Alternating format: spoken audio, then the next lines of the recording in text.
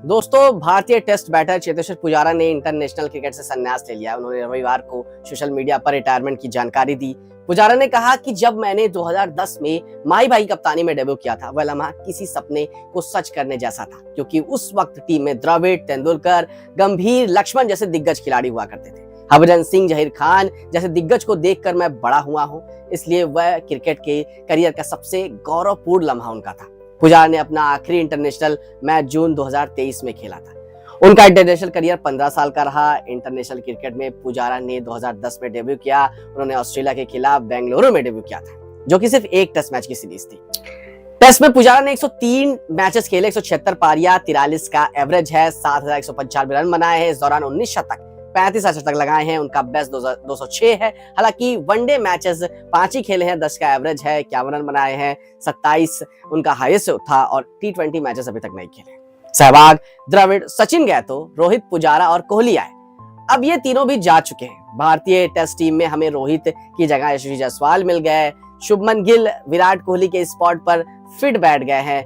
लेकिन जैसे ही 37 साल 210 दिन के बाद पुजारा ने रिटायरमेंट लिया, टीम को नंबर 3 का स्पॉट अभी तक तलाश है। दोस्तों, अभी तक टीम में नंबर 3 के स्पॉट की जद्दोजहद जारी है। कोई पुजारा जैसा नहीं मिला है। वैसे पुजारा 2 साल से टीम से बाहर चल रहे थे।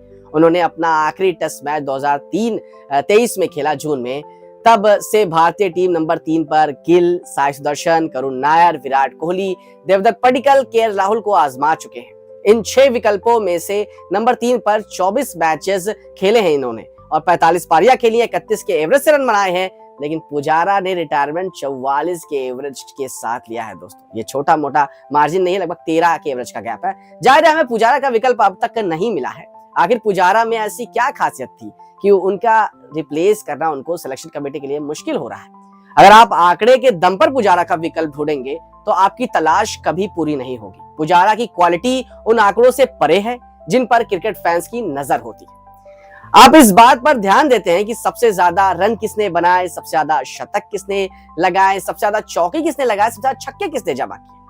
ये आपके आंकड़े ग्लैमरस हैं, लेकिन अच्छे नंबर 3 के लिए कुछ पहलू इनसे ऊपर और इनसे ज्यादा महत्वपूर्ण होते हैं। आपको देखना होगा कि क्रीज पर सबसे ज्यादा समय कौन बिताता है, सबसे ज्यादा गेंदें कौन खेल रहा है, शरीर पर सबसे ज्यादा गेंदें किसको लग रही है, कौन झेल रहा है, कौन सबसे ज्यादा गेंद छोड़ सकता है। क्रिकेट में ऐसे आंकड़े सेक्सी नहीं माने जाते।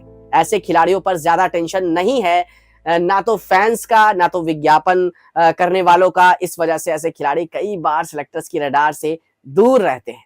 नंबर 3 के लिए जरूरी तमाम क्वालिटी एक खिलाड़ी में कम होती है, इसलिए राहुल द्रविड़ या चेतेश्वर पुजारा का विकल्प मिलना मुश्किल है। हम बतौर क्रिकेटर नेशन बहुत खुशकिस्मत थे कि हमें द्रविड़ के रिटायरमेंट के बाद ही पूरी तरीके से पुजारा तैयार मिले। अब मामला ऐसा नहीं है। 2018 से पहले भारत कभी ऑस्ट्रेलिया में सीरीज जीत नहीं पाया था। जब जीता तो लगातार 2 बार जीता, 2018-19 में जीता, 2020-21 में जीता।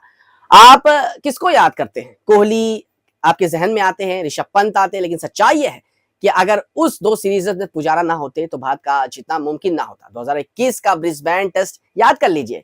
सर से पांव तक चोट लगी थी पुजारा को। उस पर ऑस्ट्रेलिया बॉलिंग की धार इतनी ज्यादा थी, लेकिन इस शेरदिल बल्लेबाज ने क्रीज पर दीवार बनकर खड़े रहते। अब रिकॉर्ड को आप जाके देखिए, पुजारा की बहादुरी के किस्से की जो दास्तान है दोस्तों, वो कहीं से कहीं तक कम नहीं है।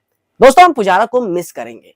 पुजारा बिल्कुल राहुल द्रविड़ की तरह वॉल बनकर आए हैं। कुछ ऐसे खिलाड़ी होते हैं जो दोस्तों जिनको वो रिस्पेक्ट नहीं मिल पाती। मैं थोड़ा सा भावुक हो गया हूं पुजारा का करियर देख के। 2 साल से टीम में थे नहीं, उनकी रिप्लेसमेंट ढूंढी जा रही है। उम्र ज्यादा हो गई थी, लेकिन पुजारा ने रिटायरमेंट करते वक्त बोला कि मैं खुद से संतुष्ट हूं। मैंने जो भी किया, भारत के लिए 15 साल दिए, मैंने अपने दिग्गजों, अपने जो मेरे फेमस खिलाड़ी थे जिनको मैं आइडल मानता था, उनके साथ खेला, तो इससे ज्यादा और कुछ नहीं चाहिए। उन्होंने टीम, सिलेक्शन कमेटी या किसी को निशाना नहीं बनाया। बहुत सारे खिलाड़ी अपने रिटायरमेंट से पहले बहुत सारे सवाल उठाते हैं, लेकिन कोई सवाल नहीं, कोई जवाब नहीं। संतुष्टि के साथ इस खिलाड़ी ने एक सैल्यूटेबल रिटायरमेंट ले लिया क्रिकेट से। और रणजी ट्रॉफी के बारे में भी कहा कि वो खेलना चाहते थे रणजी ट्रॉफी मैचेस, लेकिन बाद में यह एहसास हुआ कि यंगस्टर्स को मौका देना चाहिए। मेरी वजह से अगर कोई एक खिलाड़ी आगे नहीं बढ़ पाया तो कहीं ना कहीं मैं इस बात से तकलीफ दे रहूंगा, जिसकी वजह से उन्होंने फाइनली सोचा कि अब मुझे रिटायरमेंट ले लेना चाहिए। रणजी ट्रॉफी भी नहीं खेलना चाहिए, क्रिकेट मेरे लिए हो चुका है, मैं संतुष्ट हूं इससे और अब इसे यहीं पे खत्म करते हैं इस किस्से को। दोस्तों, पुजारा जैसा खिलाड़ी भारत के लिए बहुत मुश्किल है मिलना।